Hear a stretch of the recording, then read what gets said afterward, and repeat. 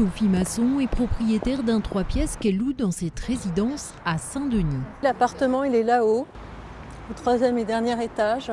Depuis septembre, elle est venue 4 fois sur place car elle ne sait pas qui vit à l'intérieur et à chaque fois, elle a des surprises. Là, je viens de découvrir que le nom qui remplaçait le nom de mon locataire qui était là il y a 2 mois, il y a un deuxième nom qui vient d'être rajouté. Son locataire, menacé par une procédure d'expulsion, a quitté les lieux.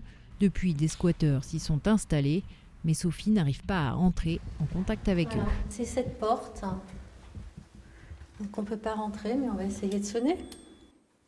Ah, il semblerait qu'il y ait quelqu'un. Si la personne ne veut pas ouvrir, elle n'ouvrira pas.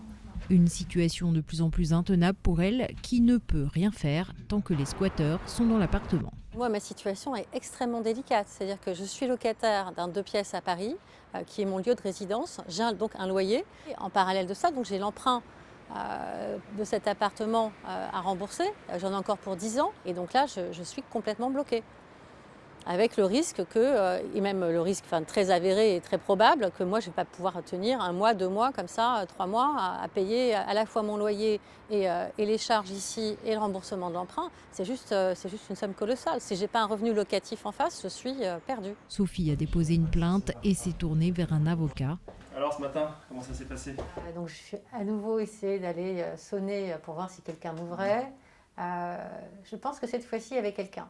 Il a lancé il y a quelques jours une demande d'expulsion auprès du préfet, car depuis 1 an et le vote d'une loi anti-squat, plus besoin de passer par la justice. En fait, la nouvelle loi permet, évidemment, quand ça fonctionne, d'aller beaucoup plus vite que la procédure judiciaire traditionnelle. Parce qu'il faut comprendre qu'un squatteur, pour l'expulser, on fait exactement la même procédure que pour expulser, par exemple, un locataire qui ne paye pas son loyer. C'est un véritable parcours du combattant pour le propriétaire. C'est très long, il y a des renvois, il y a des délais à respecter, etc. Quand on a la possibilité de saisir le préfet et d'avoir normalement une réponse en 48 heures, il ne faut évidemment pas s'en priver. Donc, sauf que dans les faits, les préfets mettent beaucoup plus de temps à rendre leurs décisions et souvent, elles ne sont pas appliquées. Il y a encore beaucoup sur le terrain, que ce soit des gendarmes ou des policiers, qui ne comprennent pas l'utilité de cette nouvelle loi, qui ne la connaissent pas et qui ne veulent pas se l'approprier, donc qui font des difficultés. Un parcours du combattant pour les propriétaires dont Emmanuel est sorti en février dernier. Là, c'est ici, c'est cet appartement, c'est deux fenêtres ici qui donnent sur la cour.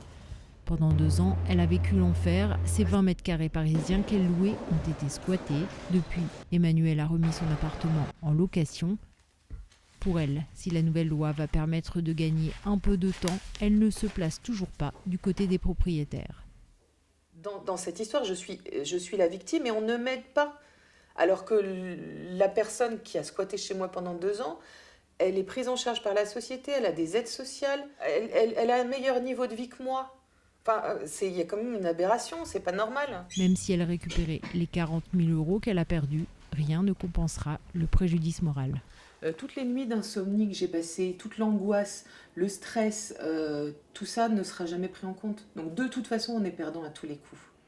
Emmanuel, qui a encore 4 procédures en cours dans cette affaire, n'est pas encore prête à